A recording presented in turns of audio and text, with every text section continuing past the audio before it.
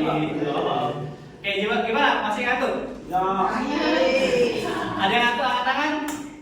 Yuk kita olahraga dulu sebelum ini. Gini, tangannya gini, biar nah, jadi kamu siapa sih? Oke ya, oke. Jangan akan lulus. Oke, jadi hari ini kita akan belajar apa judulnya? Kita baca? Alat pelindung diri atau alat APD ya. Jadi sebelum kita masuk ke laboratorium atau sebelum masuki wilayah kerja apapun dimanapun, kita harus memakai APD. Contohnya kalian di kelautan, ingat nggak kemarin kalau disuruh pakai apa? Biar kalau di laut nyebrang, harus pakai apa? Pelampung. Pelampung. Itu adalah salah satu alat pelindung diri untuk di mana? Oh. Di air atau di perairan atau di laut. Kemudian kalau kita di sipil kira-kira butuh apa? Topi. Jatuh mati dong. Butuh apa? Helm. Bukan topi. Kalau tiba-tiba kena beton kan minimal yang pecah helmnya bukan kepalanya. Oke ya? Apalagi kira-kira standar itu? Kalau boleh pakai apa biasanya? Jas lab. Jas lab. Kemudian apa lagi? Sarung tangan. Sarung tangan. Masker. Terus? Kacamata. Kacamata boleh ya. Apa lagi? Ih, udah pada tahu ya? Berarti masih belajar udah tahu. Oh, udah langsung boleh kan? Oke, jadi nah sebenarnya kita bisa lihat di sini juga nih. Kita lihat ya, mas-mas ini, mas-mas Jowo. Mas-mas Jawa bule yo, jenenge Rian. Nah ini dia itu lihat dari sini kita lihat mereka pertama pakai apa? Helm. Yang kedua kacamata. Yang ketiga Celemek. rompi.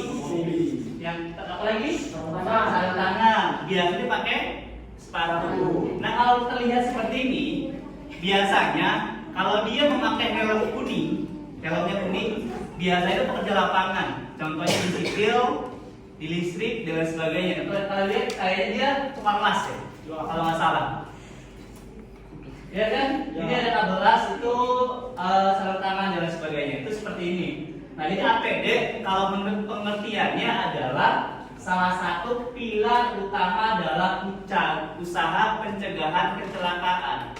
Jadi sebelum kecelakaan sebaiknya dicegah. Sama kalau kalian naik motor nih, makanya orang kan naik motor suruh pakai helm. Bukannya ada polisi pakai helm, bukan, tapi buat alat pelindung diri. Pakai helm buat apa? Misalnya kalau ada kecelakaan minimal yang rusak helmnya, bukan kepalanya. Kalau helmnya bisa kalian beli kan, kalau kepala ganti di mana? Ya kan, makanya minimal pakai helm. Bapak juga pernah tuh sekitar 2013 kecelakaan ya, itu naik motor kurang lebih kecelakaannya hampir dari sini sampai 30 meter menggelinding erosi gitu, gitu. Tapi untungnya pada saat itu bapak pakai helm, terus pakai rompi, terus pakai yang buat tangan juga, alhamdulillah tidak ada lecet satupun dan cuma kecemplak aja. Nah itu kalau kita memakai alat pelindung diri lengkap, tapi kalau enggak ya minimal udah bopeng-bopeng, kalau enggak meninggal lah. Resiko terbesar kan meninggal, gitu loh. Atau misalkan kalian pakai ini tiba-tiba ada besi dan sini, gimana? Ya minimal kepala yang pecah kan. Tapi kalau ini kan helmnya juga yang pecah. Makanya ada semua APD itu ada namanya standarnya sendiri, atau kalau kita di Indonesia namanya Standar Nasional Indonesia atau SNI. Seperti itu ya. Nah, tujuan ini adalah meningkatkan kesadaran mengenai pentingnya APD. Jadi kalau kalian melakukan penelitian atau kegiatan di lapangan atau di laboratorium dan sebagainya, sebaiknya atau sewajibnya memakai APD. Paham ya? Nah, kalau definisinya tadi sesuai dengan Permenaker tahun 2010, alat yang digunakan untuk melindungi pekerja dari risiko di K3 di tempat kerjanya. Tujuannya adalah untuk mengurangi potensi cedera, mengurangi ya, bukan menghilangkan. Bisa jadi ada resiko sedikit, misalnya kepalanya paling jadi kalau awalnya geger otak puyeng lah minimal, jadi nggak akan parah gitu kan, mengurangi. Kemudian menjadi pilihan terakhir dalam hierarki pengendali risiko setelah upaya eliminasi, substitusi, pengendali dan lain sebagainya. Jadi kalau misalkan di APD itu bagaimana caranya kita menciptakan lingkungan yang baik dulu, lingkungan yang baik dan sebagainya, baru karena namanya risiko kerja itu ada aja, namanya pekerjaan pasti ada risikonya. Nah itu terakhir kalau kita kena risiko ya minimal kita udah pakai APD. Misalnya kan kita nggak tahu tiba-tiba kalau sekarang kan pernah lihat ya gas smelter meledak dan sebagainya. Tapi kalau kita dipakai rompi APD insya Allah aman. Kemudian efektif hanya jika digunakan dengan benar dan sesuai jenis bahaya yang ada. Misalnya kalian menggunakan atau kegiatannya tentang gas, berarti APD apa yang ditambahkan? Pakai masker. Apalagi kalau kalian las berarti pakai glove atau kacamata yang besar, bukan yang kecil tapi yang besar yang full. Siapa lagi? Kalau di sipil berarti pakai helm yang baik. Terus apa lagi? Kalau di laut minimal pakai pelampung sesuai dengan kegiatan kalian, disesuaikan. Nah ini use APD yang pertama ya Bapak kasih tadi, yang pertama adalah helm. Atau helm itu tuh agak pelindung kepala.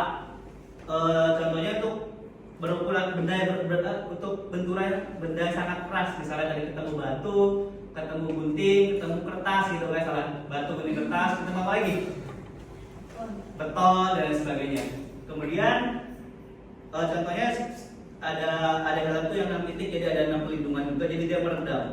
Kemudian pelindung mata dan muka. Nah ini yang tadi lo jelaskan, kalau dia menggunakan atau pada saat penggunaan buat ngelas dan sebagainya. Ngelas potensinya kan kalau kena ngelas kan percikan api biar tidak kena mata. Kemudian respirator tadi kalau kita digunakan untuk daerah itu atau tempat itu yang ada gas beracunnya, jadi mengurangi. Kemudian ada pelindung telinga, earphone kalau misalkan kalian kerja di pelabuhan, kerja di pabrik yang menggunakan suara yang berisik sangat besar. Jadi mengurangi atau desibel, mengurangi suara. Kemudian pelindung tangan tadi untuk apa? Ya tadi untuk di lab. Kemudian kalau kita kelas juga, kita di sipil biar nggak kena paku nyusuk ke tangan gitu kan. Kemudian terakhir ada di pelindung kaki. Nah pelindung kaki tadi kan untuk apa? Ya, kalau kita jalan biar nggak kena besi. Biasanya kalau kita pakai yang boot itu depan itu ada besinya sih. Takutnya jadi tiba-tiba ada ada besi jatuh ke sini, tak itu aman. Seperti itu. Oke, jadi selanjutnya dijelaskan oleh saya. Oke, Bu Gigi. Selanjutnya Bu Gigi silakan. Terima kasih. Oke, semangat gak nih? Oke, yang lebih akan saya jelaskan seperti yang Bapak ini jelaskan, yaitu tentang penekanan tentang APD untuk lingkungan laboratorium. Kalau kita praktikum kimia, semua bahan kimia itu kan berbahaya kan? Ya, Bu. Jelasnya bisa menyebabkan cedera, bahkan cacat. Nah, untuk melindungi diri kita, jadi kita ada hal yang wajib untuk dilakukan di APD. Yang pertama, kita harus pakai jas lab. Yang kedua, apa? Sarung tangan. Masker. Nah, sarung tangan tadi apa kata Pak Edi? Untuk mencegah dari bahan kimia berbahaya. Kemudian kita gunakan apa lagi? Masker. Oke, masker. Kemudian apa lagi? Kacamata. Apa gunanya untuk kacamata tuh? Oh, good. Selain itu untuk apa? Kita gunakan apa? Face shield zaman COVID tuh masih ingat kan? Jadi kalau misalnya kalau ngomong nih dia tidak percit ludahnya atau bahan kimianya kita gunakan tuh tidak percit ke muka. Selain itu untuk APD sendiri dari bahan kimianya kita gunakan apa? Apalagi? Sepatu yang standar, nggak boleh misalnya kita pakai sepatu yang hanya setengah-setengah dan juga harus pakai kaos kaki. Oke. Selanjutnya, nah ini juga ada untuk APD di rumah sakit. Siapa yang tahu APD untuk di rumah sakit itu apa? Selain yang tadi disebutkan, misalnya kayak yang di gambar ini ada face shield, habis itu penutup kepala sebenarnya itu apa?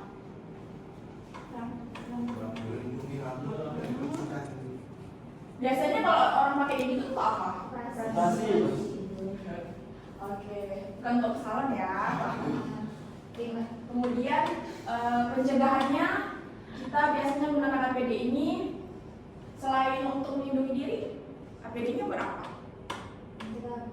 Selain kita misalnya kita tuh kalau tidak menggunakan APD itu merugikan diri sendiri dan juga merugikan orang lain. Nanti kalau misalnya kalian kena kecelakaan di APD pasti butuh orang juga kan buat ngangkut kalian entah ke apa namanya bangsalnya atau kemana gitu. Oke, selanjutnya akan dijelaskan oleh Bu Teti.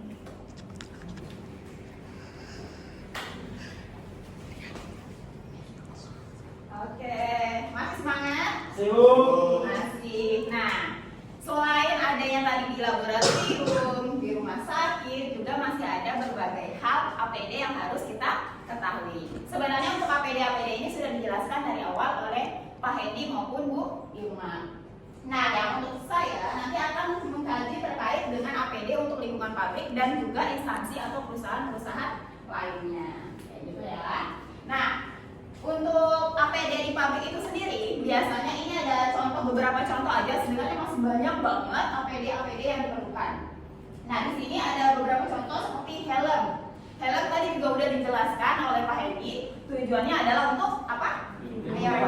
Melindungi kepala. Jika tidak menggunakan helm, apa yang akan terjadi? Cedera. Kayak gitu ya, udah pasti itu cedera. Kemudian yang kedua ada sepatu keselamatan. Biasanya di dalam pabrik itu wajib menggunakan sepatu-sepatu. Ada yang tahu biasanya bahan-bahan yang digunakan sepatunya yang seperti apa yang harus dipilih mana? Sepatu boots. Sepatu boots. Ayo. Biasa yang pernah berkunjung ke pabrik-pabrik? Nah, sepatu safety kan biasanya kan yang bahannya agak tebal dan dia bisa melindungi kita dari misalnya kena percikan bahan-bahan yang seperti besi-besi apa misalnya kalau kita ngelas atau apa itu kan bisa kena percikannya seperti itu ya. Kemudian yang ketiga ada pelindung telinga.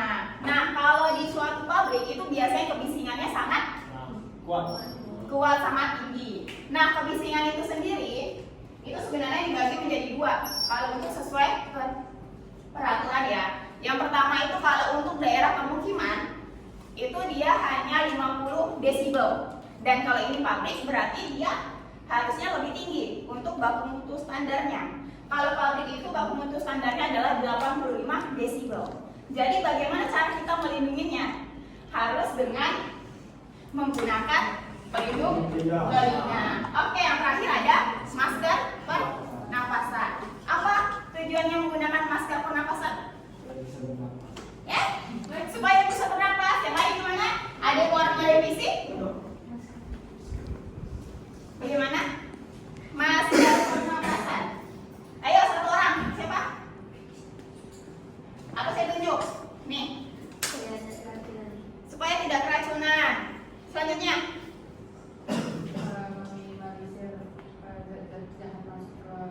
Ya, betul sekali, meminimalisir. Jadi misalnya kalau kita sudah menggunakan masker ini, setidaknya kita akan lebih aman dari hal-hal yang tidak diinginkan. Misalnya itu tadi zat-zat yang berbahaya otomatis akan terhindar. Kemudian misalnya kalau pabrik-pabrik tertentu yang lainnya ada debu-debu dan sebagainya, itu kan bisa ke penyakit apa? Iya, ISPA, betul sekali. Jadi ini sangat penting untuk digunakan dalam suatu pabrik. Kan ya. Nah, tadi ada 4 hal atau poin contoh. Ini hanya contoh yang kita gunakan di suatu pabrik. Sebenarnya masih sangat banyak lagi. Ada yang bisa mengasihkan satu contoh lainnya yang biasa digunakan di pabrik? Siapa yang pernah berkunjung ke pabrik? Baju safety sih, Bu. Ya, bisa baju safety. Ada lagi? Ada lagi? Ya, seperti sarung tangan dan sebagainya. Itu juga termasuk ke dalamnya. Sebenarnya masih banyak lagi seperti itu ya. Kemudian lanjut, ini yang untuk adalah instansi atau perusahaan lainnya. Nah, yang seperti yang tadi disebutkan, ada contohnya ada rompi keselamatan. Biasanya rompi itu berwarna apa? Ya macam-macam warnanya, ada yang hijau, ada yang orange, seperti itu kan. Nah kemudian ada harness, ada yang tahu harness? Biasanya digunakan pada saat apa? Manjat. Pada saat apa harness digunakan? Ayo, siapa? Ayo, harness digunakan pada saat apa? Dia pengaman yang biasanya dipasang di tubuh. Buat manjat. Ya betul, pada saat mau manjat. Dia digunakannya itu untuk yang biasanya ada pada ketinggian tertentu. Biasanya juga didampingin dengan tali dan pengait. Jadi ketika misalnya ada sesuatu dan hal yang tidak diinginkan jatuh atau apa, dia akan lebih aman, lebih safety. Oke, yang terakhir seperti tadi juga ada yang namanya sarung tangan. Nah, kalau misalnya instansi lain, kita contoh kecil aja instansinya DLH. Sarung tangan biasanya digunakan untuk apa? DLH, Dinas Lingkungan Hidup. Di lab juga kan? Nah, di lab biasanya digunakan untuk apa? Melindungi dari apa? Kontaminasi. Ya. Biasanya kalau di lab untuk apa? Tidak kontaminasi. Iya betul, tidak terkontaminasi, aman dari terhindar dari zat-zat, terutama zat-zat yang sangat asam. Ya kan? Kalau zat asam terkena kulit, efeknya sangat. Kalau kena tangan bisa apa yang terjadi? Melepuh. Iritasi, melepuh, Gatal. bahkan bisa bolong kalau dia asamnya sangat kuat. Oke, dari saya mungkin hanya itu aja. Selanjutnya akan disampaikan oleh Pak Rizka. Ya, terima kasih Bu Nani. Jadi sekarang bagian saya yang terakhir.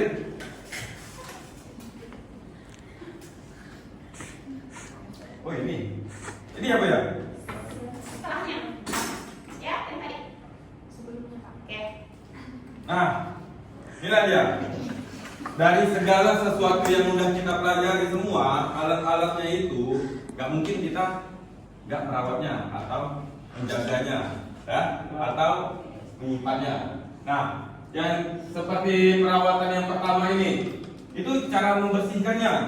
Kita harus tahu sebelum kita pakai, kita pastikan kalau alat itu udah steril, bersih. Nanti habis dipakai, kita harus sterilkan lagi. Nah, itulah dia. Alat-alatnya yang udah kita pelajari itu semua tuh, semua cakupan yang kalian sampaikan, yang pemateri sampaikan itu. Nah, penyimpanannya pun tidak di satu tempat semua, tapi terbagi-bagi. Yang helm di rak helm, ya. Nah, habis itu kalau misalnya ada pelindung-pelindung yang lain, disesuaikan. Ya. Nah, penyimpanannya itu pun harus dalam keadaan kering. Jangan sampai pas kita lagi banjir atau lagi banjir rob kan, kayak biasanya kita kehujanan, itu kan jadi alatnya itu jadi cepat rusak dengan sendirinya. Makanya harus disimpan di tempat yang kering atau suhu ruangan, ya. Nah, masa pakai. Jadi memang semua alat-alat itu ber-SNI atau Standar Nasional Indonesia. Tapi mereka ada umurnya. Jadi enggak setiap waktu, setiap hari atau setiap tahun tidak.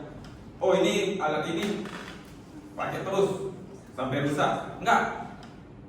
Tapi ada masa waktunya. Dalam pemakaian berapa lama, dengan jangka waktu berapa lama, itu harus diganti. Walaupun itu enggak dipakai atau enggak digunakan. Itulah dia. Kenapa tiga ini penting gitu. Dari semua yang kita pemakaian alat itu, inilah tiga ini penting untuk kita bisa memberikan alat-alat itu pemakaian yang maksimal untuk si pemakainya atau si pekerja. Ya.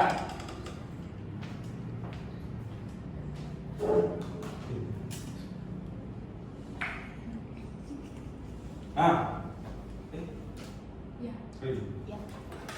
nah jadi di sini ada namanya kalau untuk APD itu yang di apa?